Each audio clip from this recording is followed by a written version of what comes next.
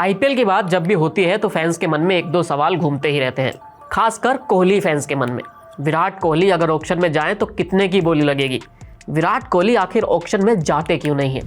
कोहली के फैंस इसके अलग अलग जवाब दे सकते हैं, लेकिन ये कहानी कभी शुरू हुई ही नहीं, क्योंकि आईपीएल की जब शुरुआत हुई तभी ये तय हो गया था कि चाहे कुछ हो जाए विराट कोहली ऑक्शन में नहीं जाएंगे। क्या इसके पीछे कोई खेल था या फिर ललित मोदी का लाया हुआ एक नियम था?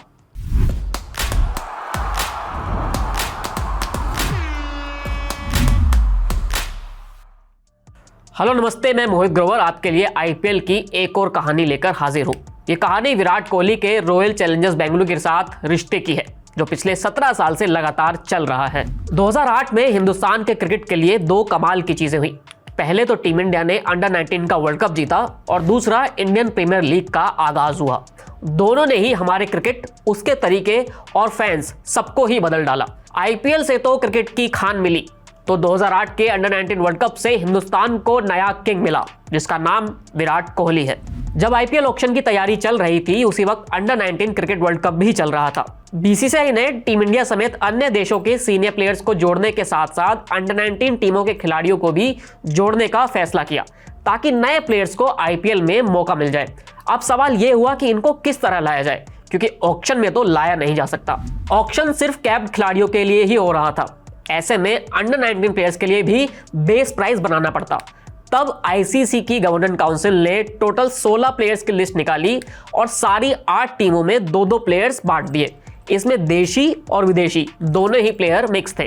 लेकिन सवाल यह था कि आखिर ये कैसे तय होगा कि किस टीम को कौन सा खिलाड़ी मिलेगा, साथ ही इन लड़कों को पैसा कितना मिलेगा। तब ललित मोदी की तरफ से ऑक्शन के अलावा एक और सिस्टम लाया गया, यह था ड्राफ्ट सिस्टम। इसी में 16 प्लेयर्स को डाल दिया गया और सैलरी भी $30,000 डिसाइड कर दी गई। ललित मोदी तब NBA, NFL जैसी लीग के फैन हुआ करते थे और वो वहां के ही नए नए आइडिया निकाल कर आईपीएल में लाते थे।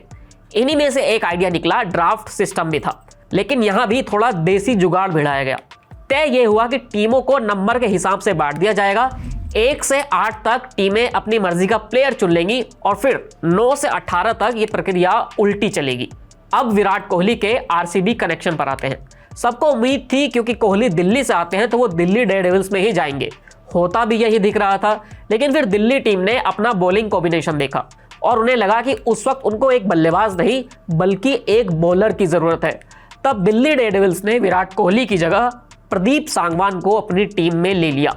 विराट के लिए अब यहां से रास्ता दिल्ली से बाहर का खुला और बेंगलुरु ने उन्हें लपक लिया। साल 2008 में विराट कोहली आरसीबी का हिस्सा बने और वो सिलसिला 2024 तक जारी रहा। शुरुआत के 2 सीजन विराट कोहली बहुत बढ़िया नहीं खेले थे, लेकिन तब उनसे शायद इतनी उम्मीद भी नहीं थी, क्योंकि वो भले ही अंडर 19 टीम के कप्तान रहे हो, लेकिन बड़ी स्टेज पर तो अभी ही आ रहे थे।